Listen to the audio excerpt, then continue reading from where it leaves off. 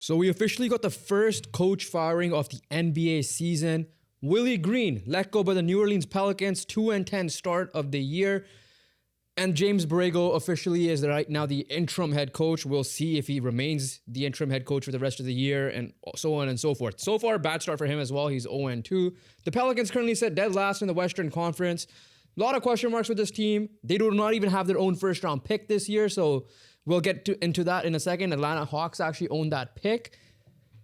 But first of all, it's just your reaction. They suck. The issue for me with the Pelicans wasn't necessarily the roster on paper, but it was more so, can they be healthy? Because we believe that Zion is still a good player to do his job. And if they got to a point where they were still kept their head out of water and they got DeJounte Murray back in return, maybe we could see this team do something. But overall, I was wrong on that point too. Zion only played 5 games. No, we're right on that. Like, at the end of the day, like, how long is Zion going to last? We don't know. At the end of the day, we both had, I believe, the Pelicans missing out on the play-in spot for that reason. But overall, these guys are just really terrible. That's just what it is. And we didn't expect this level of performance where they only have 2 wins in 14 games. That's pretty pathetic.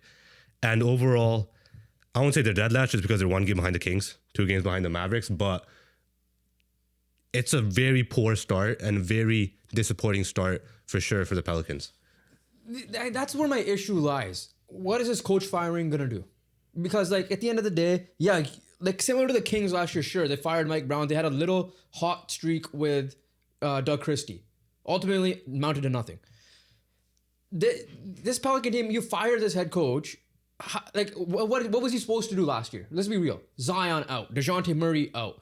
You didn't have Jordan Poole then either. I think Trey Murphy out. Herb Jones missed some time. I think Jose Alvarez, like... Their whole team missed so much time last year to the point where, like, okay, like, what's James Borrego going to do right now, or whoever else they hire going to do right now? Like, okay, I get it. I understand. Maybe, like, listen, because of I did not pay attention to the Pelicans last year. Let's be real. The whole team was damn injured. Yeah. What was the point of following it too much? This year, similar vibe, like just the injuries. Yeah, we had hope to see what this team could do once DeJounte Murray comes back. They moved Jordan Poole to the bench. Jeremiah Fears looks good. Derek Queen so far has like spurts of really brilliant, like really good moments as well. But like, I just don't understand. Like, understand what the coach firing is gonna do. Their medical staff and training staff needs to be checked out. Like, there's no way your whole team could be this injured for the most part, right? Like, I get it. They're not the only team like dealing with like, both NHL and NBA have like a lot of injuries this year so far, which is like nuts. We're seeing Giannis missing some time. Wemby's missing time, so on and so forth. But like overall, like for me, the question is, do they need to? They got a new coach. They brought Joe Dumars in to assess everything. He decided to be like, oh yeah, it's time for Willie Green to go. He does that. I don't know what he's gonna do next. But the conversation of starting to tear it down again and rebuild is there. You do not have your first round pick this year. This is supposed to be a really good draft. You should accumulate as much as you can. Yes, Zion's value at the moment is very low. You probably should have explored trading him earlier in the year. Like here, I'll pull up Zion's thing. Rookie year, we know he came in injured already. He played only 24 games. Then he played 61 games the following year. He was an all-star. He was amazing. Like we saw what Zion heading it had superstar potential because he was a superstar in college. Like, let's be real. He's not a superstar right now, but he was a superstar in college. Yeah, 100%. After that 61 game in 2020-2021, he did not play at all the whole year, was injured. And then he came back, played 29 and then 70. That 70 game year, once again, amazing. Should there have been conversations, maybe we need to move, like that's when I believe they gave him the contract overall. But I think, and then he followed it up with a 30-game year, and now he slimmed down this year and is already injured. Yeah, so for me, you have to look at it. I know the values of Lawrence at the moment. It is a decision that you have to make now, in my opinion. And that just doesn't go for Zion. That goes for everything and the direction you want this organization to take on and off the court. You have young studs in Jeremiah Fears. You have Derek Queen. So you have a couple building blocks set in place. But overall, we've seen this team rebuild. Trade away Anthony Davis because they were going to land Zion. They landed Zion. Yeah, so they trade away Anthony Davis, hit the rebuild, got Zion, won the lottery there. The Brandon Ingram started playing to his potential, which kind of gave him injuries again. But like that's what gave him their playoff pushes and their playoff appearances. But then the injury just took over so much where you traded away Brandon Ingram. Now the same conversation is with Zion, but the difference here and now is that they were barely missing with Ingram being injured or Zion being injured, one of them being injured. But now with DeJounte Murray being out and Zion Williamson being out, you're just absolutely pathetic. So again, like you said, what's a coach fire really going to do? Just because the roster is just not good enough now. It's not healthy enough. And something needs to change for the Pelicans because they can't keep going like this because they're not going to get anywhere. They haven't gotten anywhere the last 6 years. Again, 6 years ago, probably the Hawks were like, oh, these are going to be the best young teams. They're probably going to take over now. Definitely isn't the case. Definitely for the Pelicans, it hasn't been the case. So you guys just gotta, again, you gotta figure it out. Take that direction. If you feel like you can contend, that is a very bad mistake. Yeah. Because you don't have a roster healthy enough. Yeah. And that just gonna ruin it all. Because when you're like saying on the floor, you have DeJounte Murray, Trey Murphy, Zion Williamson, right? Herb Jones. Like, it's pretty good. Yeah. That's pretty solid. On paper, solid roster. Yeah. But they're just not healthy enough. And they're looking at their payrolls and stuff. They have Zion paid. They're taking on Jordan Poole's contract. DeJounte Murray is getting a lot of money. Trey Murphy's got paid as well. I have the full table popped up and I'll bring it up in a sec. So your payroll is basically like a championship contender, playoff contender type payroll, but you're nowhere near it. So that just tells you what you got to do. And that just tear it all apart. Keep some of the young studs. Try to get value for any of them. I know, like you said, Zion's value is the lowest, but you have to look and you gotta potentially pull the trigger. I think he might come back this year. We'll see. Maybe he plays 1 or 2 games, get the value up and see. Listen, at this point, it's time to tear it down. Zion, after this year, has 2 more years at 42 and 44 million. Jordan Poole has 1 more year at 34 million. DeJounte Murray has 32 million and a player option the second year, all after this year. And we don't know if he's going to take that 30 million or not. We'll see what he looks like overall. They extended Trey Murphy. They extended Herb Jones. So, like, they have really good pieces that they could move for, like, you're telling me a guy like Trey Murphy and Herb Jones are not going to bring a lot of value? Herb Jones is an elite defender. Trey Murphy can shoot the thing, and here's the thing, and play defense as well. If these two get moved this year, because I feel like the Zion thing, you probably got to wait on a little bit. But you're looking at Trey these guys also signed extensions, though. To be fair, but like if you're looking at teams that are just looking to have like one more step, add a little bit more good role player, add a little bit more depth, you're looking at Trey Murphy and you're looking at Herb Jones. This team, like, these are the players that could give you a boost, like how PJ Washington and Gafford did to the Mavericks a couple years ago. Yeah. Like that's the potential of these two players, adding them to a championship roster. Obviously, depends on timing because they just recently extended their contracts. But those are the type of players playoff teams will be getting. So just for that, at the end of the day, like, Zion is going to be waited on. They're not going to pull that trigger right away. Again, same thing probably goes with Trey Murphy and Herb Jones. I just feel like they're in a kind of a dead zone where they just had to wait it out for a bit and see what happens.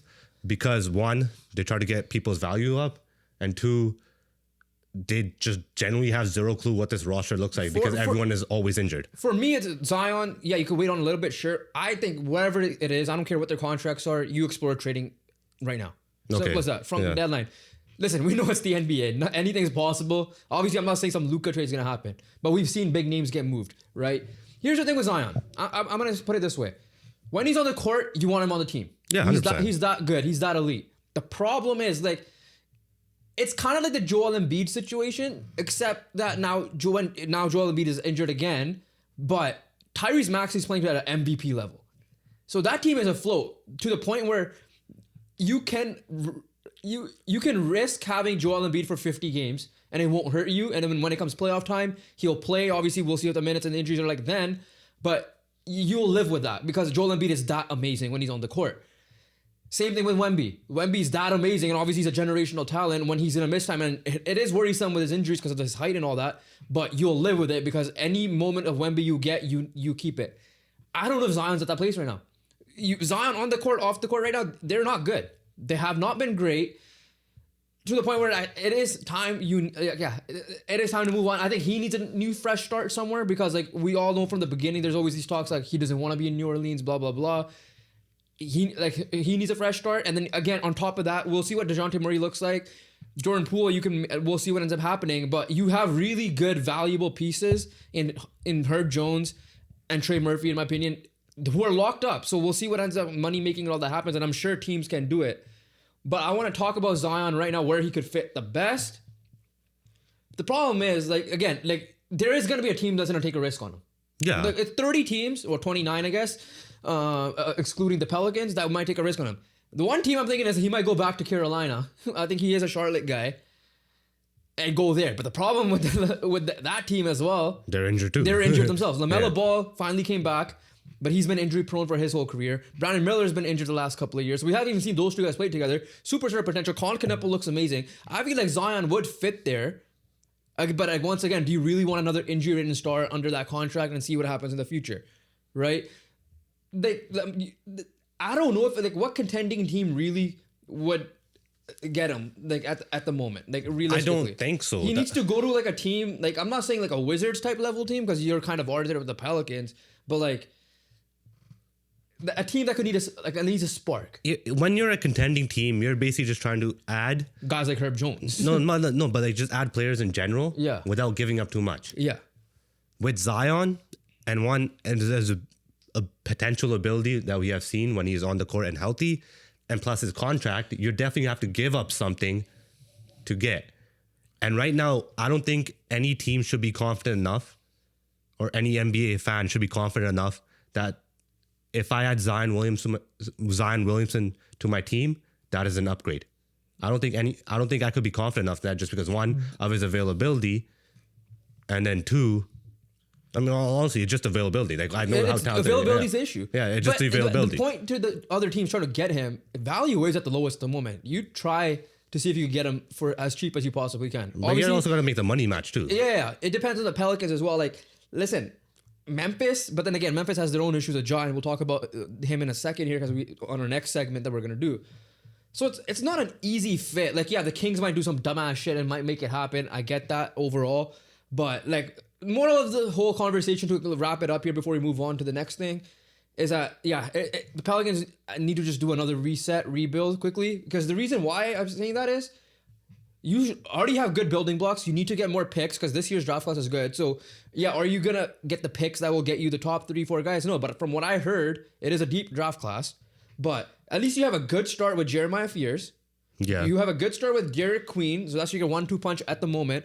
Yves Missy was really good for you as a rookie last year, and you have a sharpshooter in Jordan Hawkins, who was really good in UConn. Yeah. Right? So you have pieces to build. It's not like you're in a Kings situation where like you have nothing. Yeah. Like, who's our young guy? Keegan Murray, who got paid and he hasn't lived up to the potential. He's not even young, and he's not being that young guy anymore. At least you drafted well. Jeremiah Fears looks good. Like I said, these other guys do look good. So you have building blocks. Start again, find the right head coach, and go. It could be accelerated if you just, like, first of all, maybe get a new training staff and medical staff. I don't know what's happening there. Evaluate that whole situation. But overall, in my personal opinion, and I believe you agree with it, that they need to move on, just get as many assets as they can, and just do a quick rebuild.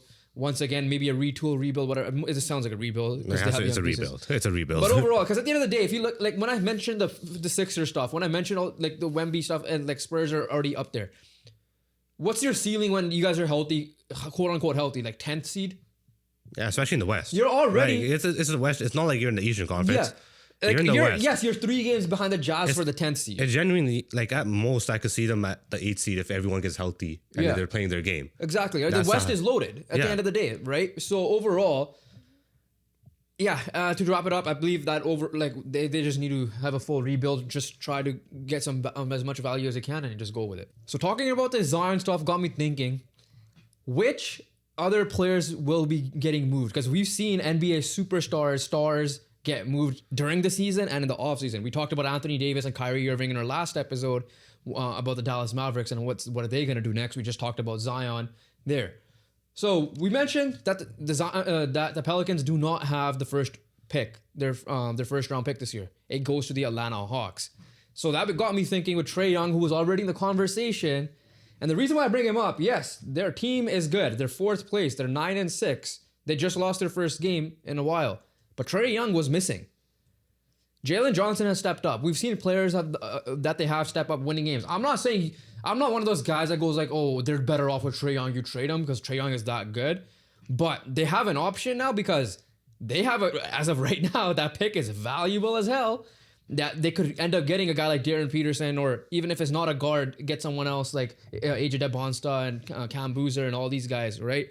So Trae Young, what we're doing is, do you see him getting traded in season, off season? Maybe not see him traded at all. And assuming he does get traded, where do you think some fits could be for him? I don't think Trae Young should or either will get traded. He is up for a contract, so just gonna remember that part. That part is true. And we'll see. So they have, Atlanta Hawks have a good problem in that sense. In that sense, yes. But at the end of the day, Trae Young does so much for the Hawks. He's been doing so much for the Hawks. He is their playmaker. He is their scorer. They're going to need Trae Young to be healthy and play good basketball, because at the end, when it comes to the full season success, they might be on a good run right now. But when it comes to their full season success, they're going to need Trae Young on his game. And Trae Young on the court, in my opinion. The problem with that is right now, this is probably his worst year yet to start. Currently, 17 points per game, 7.8 assists a game. Yes, I get it. He got hurt a couple of games into the season, but his field goal percentage is 37%, 19% from 3. Yeah, I said Trae Young needs to be on his game too. No, I know you said that, but I'm just saying I'm not saying Trae. At the end of the day, obviously that's a lot for a lot of All-Stars, but Trae Young kind of fits in that mold just because we've seen this guy be inconsistent. And when this guy gets hot, he gets really hot. But when he's cold, he gets really cold. But for the most part in his career, he has been pretty hot and he has been pretty good. For Atlanta, I think just simply, I believe that for Atlanta Hawks to have a full, successful season this year, Trae Young's got to come back to form and come back on the court. And I don't think it should be traded. If he doesn't, then do you explore trading him? At that point, yeah. So you're saying at all he's not getting traded and he shouldn't be traded? Yes. But hypothetically, let's just say he does get traded. Because at the end of the day, never say never with this in the NBA. What teams can you think of on the top of your head, without looking at full roster constructions of other teams? Money and just on top of my head. Yeah, just saying obviously point guard needy teams right now. Phoenix Suns. I'm looking at You're looking at Phoenix. You're looking at Boston. Yeah. Right, as the top of my head that are point guard needy teams. But if I'm thinking of because here's the thing. Who else? I don't know who else is really. Off the top of my head, I'm saying was the perfect spot, but they got defaults. Yeah, they don't. The Spurs are not in the conversation. Yeah, I'm just saying they were the team. Obviously, that was our dream destination 2 years ago. Yeah, when we were talking about the Spurs and Magic got Desmond Baines. I don't know if he's gonna be a good rate fit there to start as well, and they've been playing better as of late. Yeah, it's Phoenix and Boston for me. I don't see anyone else that really could go after him. What about you guys? No. I don't think that's the point. You hate the defense part of it? Yeah, and at the end, a lot of our guys need to either have length or have some sort of two-way ability. Trae Young doesn't have either of that. And Quickly has been playing better recently too. Another sneaky team I could think of is the Milwaukee Bucks.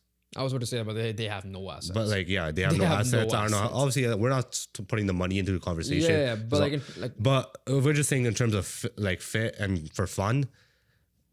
They need a point guard. They need someone to they need to allow someone to set up Giannis and set up Miles Turner, and Trae Young could do that in terms of facilitating. What about Rockets then? Yeah, but Fred's injured. I know Fred's injured, but that one I know is not going to work just because of the money. And the defense.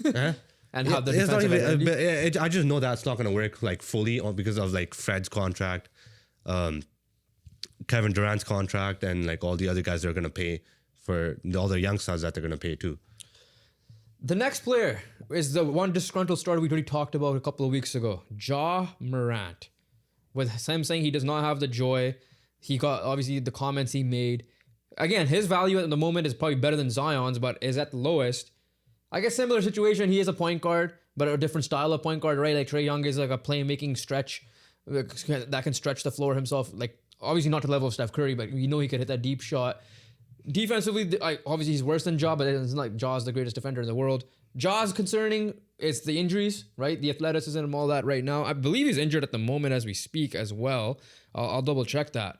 But one spot I saw, him I'm saying there's a good chance he can get moved. Yeah. Because there's no way that regime moves off of Thomas Isolo that easily. Personal opinion. We know it's a players' league, but you did so much to get how you got rid of Taylor Jenkins because of that. I feel like they might try to explore a way a job move. I don't can I see it happening during the season? I'll say that's like a 6 out of 10. Off season, that jumps to like an 8 or 9 for me, depending on how this year ends up going. If that happens, I do believe that it will be more of an off-season move, just because I think it's going to be a difficult move to pull off. He does have an injured during the season because of the injuries and because of a quote unquote attitude in the locker room. Yeah. So there's a lot of just undetermining factors, I guess, in Ja Morant's case. But overall, again, similar teams, point guard needy teams, could use them. Even if people just want to upgrade their point guard position. Do you want as well? Do you want? I've been seeing a lot of Raptors trade. Yeah, for him. Me personally, I would rather have Ja Morant than Trae Young on the Raptors. I don't think that's anyone should be mad about that, in my opinion. Like, again, both are very good players, but me personally, I would prefer Ja Morant just because of the ability just to attack the rim and the athleticism. Even though, and I feel like he's more consistent than Trae Young. That's just my personal opinion on Ja Morant and the Trae Young conversation. So yeah, again, that's going to be like a quickly trade involved in, and depending on picks or anyone else in our depth or any young player that we have that could be possibly valuable for the Grizzlies. I wouldn't say it's like a must, but I'll definitely explore it for the Raptors. But then again, similar teams, again, is the Suns and the Boston Celtics, who are more so heavy point guard needy at the moment. Yeah, Miami. I could throw in a conversation. As good as Davion Mitchell has been, obviously on the defensive side of the ball, both of those guys. In my personal opinion, I see Miami pulling off this move. Everyone. But do you want Ja in Miami? Is the question. I predict Ja. I predict Miami and Ja. I'll be honest with you. I think like the culture wise, yeah, he's gonna be held accountable. Don't get me wrong, but the city Miami and Ja. I'm not saying like he's going to be pulling up weapons there all the time either. Don't get me wrong. Let's just say there might be another Vice City based around him if that happens. But yeah, that's another interesting one. Like that one, you would rank higher of a trade happening than Trae for Young. Sure. I believe Ja Morant will more so get moved than Trae Young. 100%. All right, next one is probably a next to impossible task to find which spot he wants to be in. Domantas Sabonis. I mean, realistically, you could say DeMar DeRozan and Zach LaVine as well, but I'm going with Domantas Sabonis because I feel like he is their best player.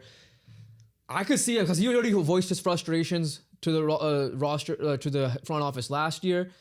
And like, listen, as much as like I hate saying this with the Sacramento Kings, they have an Indian owner. I get that. They're the ones that got simpler playing. They're the ones who do a lot of like South Asian nights there. And I hate and I know there's a lot of Punjabi fans there watching it on TV because I always see that area in California being a lot more Punjabi populated. But man, these guys are a wreck. These guys don't know what they're doing. They're 3-11. You have Russell Westbrook, DeMar DeRozan, Zach LaVine, Domantas Sabonis. I don't know who else you're trying to get. Like, this is a team that might just do something dumb and add someone else just because they're going to be winning. They have no direction. I don't know what happened from a couple of years ago. And like, this is what we mean when we say development and just progress isn't linear. Like, the OKC took a mega jump to the championship. We're seeing that a little bit from Detroit this year. But then we see situations where Sacramento took a massive step back. So that got me thinking about Domantas Sabonis, and I want to see him in a better spot. The problem is, this is the problem I have. What type of big, team needs a big that's like Domantas Sabonis? Because Domantas Sabonis is a really good playmaker, but he's not a stretch. He's not a rim protector. He's not the greatest defensively. So he's not really a hard... Feels like he's mad at everything. No, I won't say mad. No, that's disrespect. That's disrespect. Okay, I use the wrong word. Like, just good at everything. Not special in one thing, but like good at everything. Like, he could play out of the post. He's having here's the thing. He could play out of the post. He could rebound. He could finish obviously off on the post and play make from the post. He's really good at that mid-range, getting to the hoop, all that stuff. So the problem is, I'm not going to say contending team, but like a good team. Like, what team realistically needs a big like that? Because at this point, I feel like he's stuck in Sacramento. Like, I guess the only option for me is go back to Indiana, but like you have Pascal Siakam. Okay, here's the thing. Here are a couple teams. I don't know. Again, I don't think they should do it. But I could see him being an upgrade for the Chicago Bulls. Okay. But obviously the Bulls are going to fall back in that trap of It's potentially Domantas Sabonis is really literally good. going to like teams that like from the Pacers just when he very was mid, there. Yeah.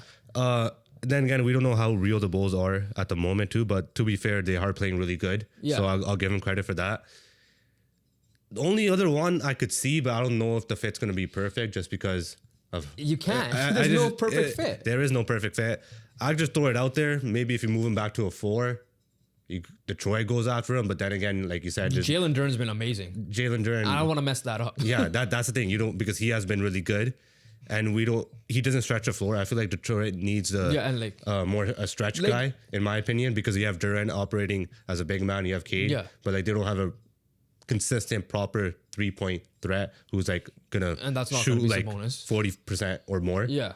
No matter just across the position, not even just being a big man. Yeah, guys do not make sense. We don't make sense. Cavs have either. Mobley and Jared Allen, who knows Won't work. Yeah. Like Hawks, like you have Jalen Johnson, you have Onyeka Okongwu. Come on, this guy's a king for life. Not for life. We'll see what. We're gonna be a king for life. But realistically, I genuinely don't know. Magic, maybe. I don't know. Like Ben Carroll, like you're gonna that he plays the big next to Ben Carroll. I don't know, but then but you're gonna interrupt Ben Carroll's operation in the post. Because at the end of the day, Sabonis needs the ball as well. Ben Carroll, he can stretch the floor. Don't get me wrong, but you want Ben Carroll with the ball. Like Ben Carroll's possible, and you have Franz Wagner. Yeah, Ben Carroll's dangerous inside the arc. So like, I genuinely do not know where he could go. Like the Pacers is the only one that can make sense. Can he? Like he's playing alongside Miles Turner, fine, right? Can he play alongside Pascal Siakam in that sense? Potentially, like who? Obviously, you would back Miles Turner's stretchability more than Pascal Siakam because Pascal Siakam kind of like grew into that, and his 3-point shooting is inconsistent. I could see a Pacers fit is probably the best option in my opinion, especially from all the Eastern Conference teams. I'm looking at who's the Suns. Those Suns already have like 3 big men. True. So I don't see the Suns for that reason. Trailblazers, no, because they have Klingon and all them. Yeah, like at the end of the day, it's either you go to a rebuilding type team, or you're stuck there. I don't know. Unless he's like how much of it people maybe if like the Lakers are whatever reason linked to him. I don't like the fit. Yeah, that's true. But like there could become a situation where like a team might just be struggling. That's supposed to be really good. Like say Minnesota starts struggling for a bit. Yeah, and they're like, screw it, we're gonna trade Gobert for Sabonis.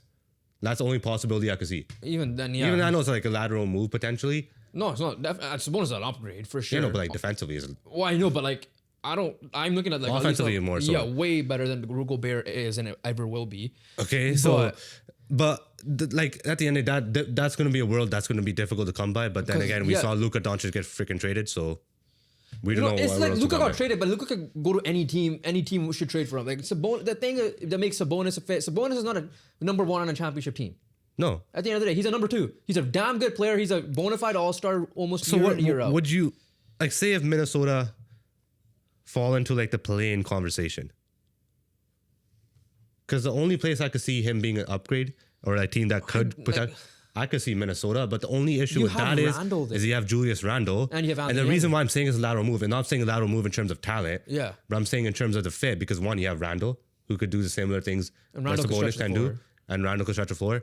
But you have a guy in Rudy Gobert who is super elite at that one thing, which is obviously rim protection. So yeah, that's the reason why I'm saying it's a lateral move. I'm not saying in terms of talent. At that point, their offense is going to be like it's going to be Jaden McDaniels is the one that's going to be relied upon heavily. You don't have Naz Reid's not necessarily a rim protector either, right? So it's like it's just like this is you feel bad for the guy because he didn't ask to be a king, I guess. And on his first year, he was amazing with Fox, and Fox gets moved, and then you're just now mid again. Like this Kings organization from top, like since the Weber days, just didn't know what to do. Messed up the Boogie situation.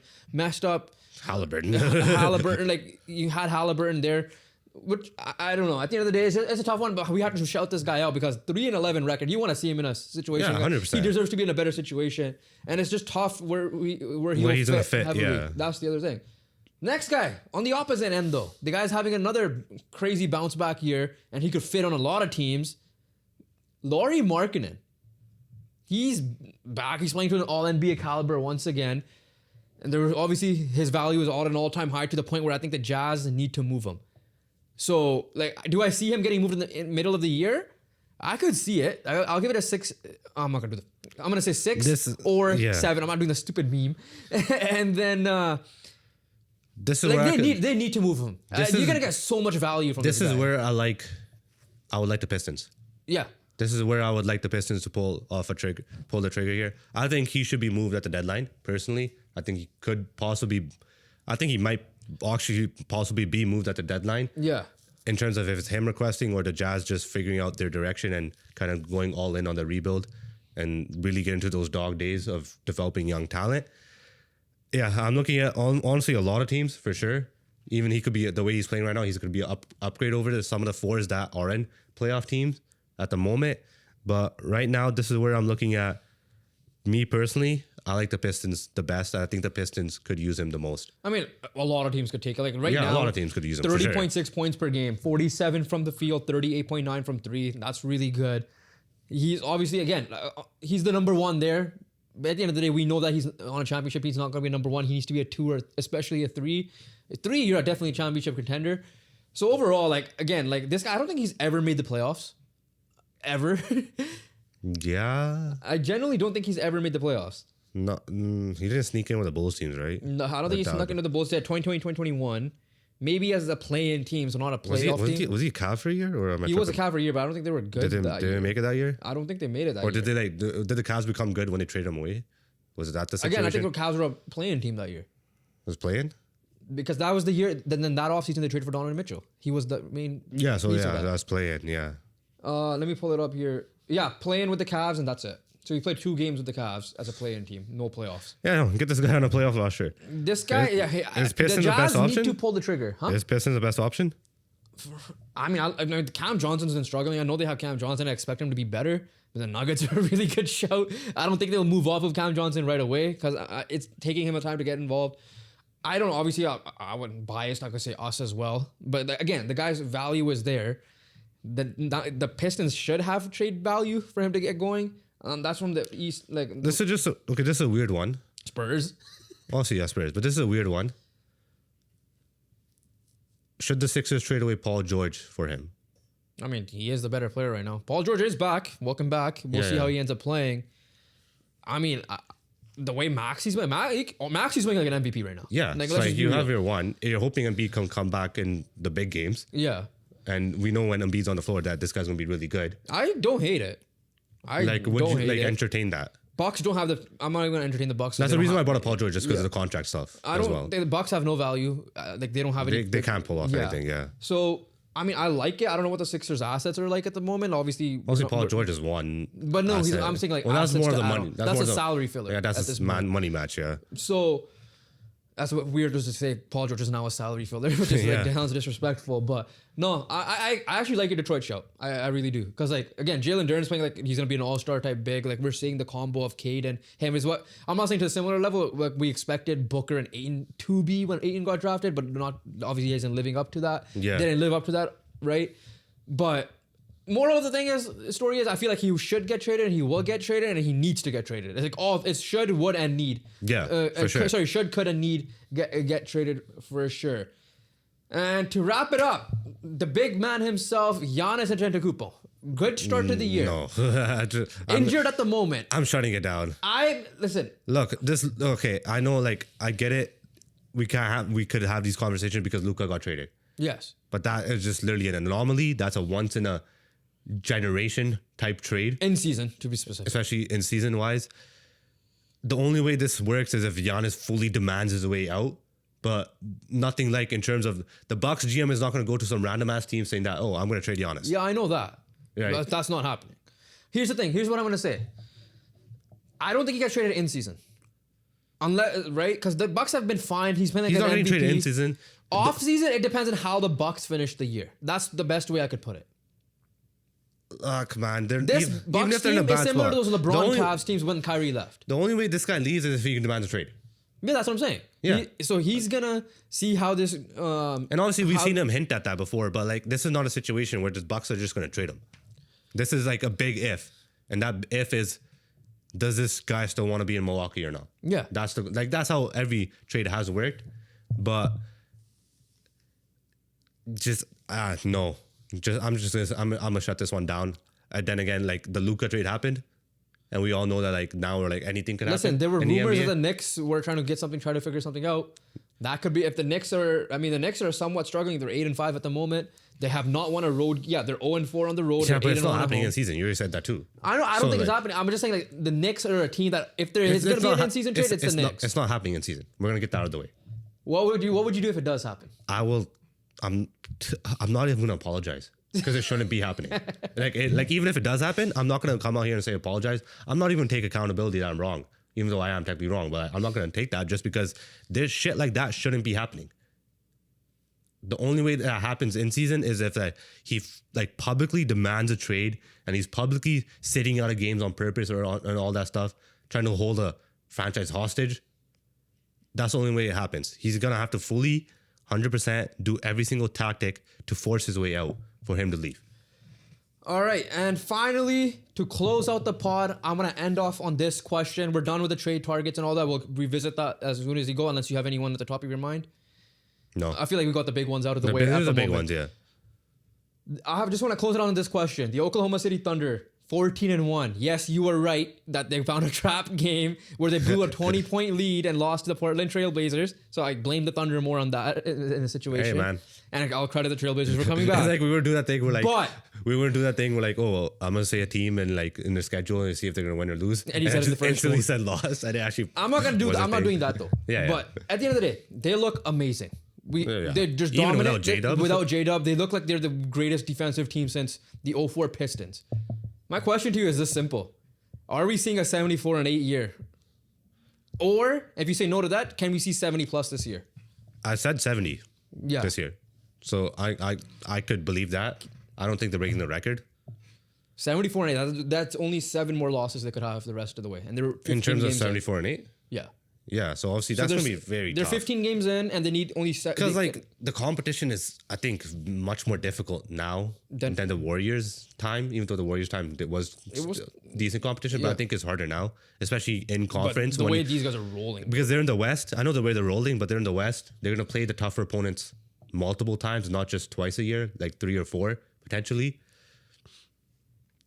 But yeah, when they play that game against the Lakers and just absolutely demolish them, or damn, because the Lakers were literally second place at that point. Yeah. And they were playing really good ball themselves, and they just did that to the amount of turnovers the Lakers, they forced the Lakers to have in the first quarter alone. And it was just they ran away with that game. So that's my point. If you look at that game, I'm going to say it's going to be tough to get 74. 70 is a real possibility. 70 is a possibility, yeah. I could say 70. Man, if we see 2 records of this being broken, and technically for me it's 3 in my lifetime, even though I didn't really watch the Bulls because I think I may have been born for that. But that's about it. 1, not even.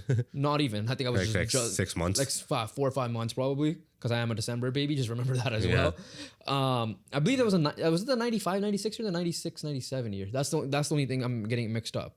If it's a 95, 96 year, then I wasn't born because the season would have ended. But if it's the 96, 97 year, I don't remember anymore. Okay, regardless of what it is, but seeing 2 in both of our lifetimes combined, that'll be crazy. it would be nuts because we already 68 is still hard to get. Yeah, and then these guys are just getting better and better and better. That the fact that 70 is definitely there, but 74 can be playable. It's we've seen I think they just created an unbreakable loop at the moment for the next 10 to 20 years or more so 10 years, I would say, where they have 3 top dogs to lead a championship and they have them paid and locked up. Shea's arguably playing MVP once again. Yeah. And you're just cycling in the young rotation players that are coming in. Because now this year, it's AJ Mitchell. Yeah.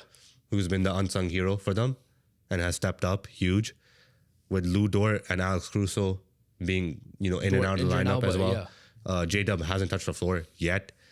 So and Chet missed some time too. It's they have those, they literally have all the pieces, and obviously they have all the picks in the world still. Yeah. Too. Dude, so they're gonna keep cycling in those picks. My point, the Clippers are we're gonna wrap it up here. We'll talk about this more next week, but the Clippers pick goes to OKC. Yeah.